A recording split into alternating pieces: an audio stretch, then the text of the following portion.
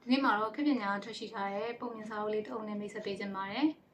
။ပုံမြင်စာအုပ်လေးရဲ့နာမည်ကတော့ကိုညီတဲ့အပြားကလေးဆိုတဲ့စာအုပ်လေးဖြစ်ပါတယ်။စာအုပ်လေးကြောင့်မိတ်ဆက်ပေးရင်းနဲ့ပုံမြင်လေးကိုဖတ်ပြမယ်နော်။နည်းနည်းလေးဖတ်ပြမယ်နော်။ဟိုးရှိတော့ငါတဲ့မောင်ဝါလို့ခေါ်တဲ့ပြားကလေးတစ်ကောင်ရှိရဲ့။မောင်ဝါတခြားပြားတွေနဲ့မတူတဲ့ပြားကလေးတစ်ကောင်ဖြစ်ပါတယ်။သူကအရန်လည်းအလုပ်ကြိုးစားတယ်။ပန်းဝရီဆိုရင်လည်းအများဆုံးစုဆောင်းနိုင်တဲ့သူတူဖြစ်ပါတယ်။မောင်ဝါကအရန်အလုပ်ကြိုးစားသလိုခြားသူတွေကိုလည်းအရန်ကိုညီတဲ့ပြားကလေးတစ်ကောင်ပေါ့။တနေ့မှာသူတို့တွေကပန်းဝရီစုဆောင်းဖို့ထွက်လာကြတဲ့အခါမှာပန်းကင်းကြီးထဲမှာပေါ့နော်။ပန်းကင်းထဲမှာမောင်ဝါတို့ရောက်သွား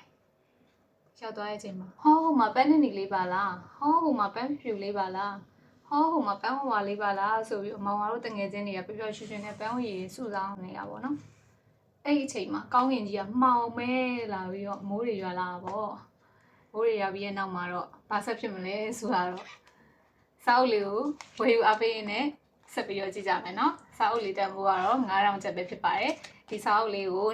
230 gram စက္ကူအထူသားနဲ့ရိုက်ထားတဲ့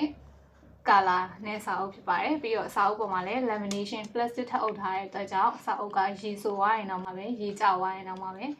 မပြေတော့ဘူးပေါ့နော်စာအုပ်ကောင်းကြောင်းလေးကြွားတာပါဒါကတော့မှာယူတဲ့ဆိုရင်တော့ထုံးစံအတိုင်းပဲ TikTok နဲ့ Facebook page Messenger မှာတက်ဆင်ဆက်သွယ်မှာယူနိုင်တယ်လို့3998801680 Viber နဲ့ Telegram တွေကိုလည်းဆက်သွယ်မှာယူနိုင်ပါတယ်ရှင်ကြည့်ရှုပေးတဲ့သူအားလုံးကိုကျေးဇူးတင်ပါတယ်ရှင်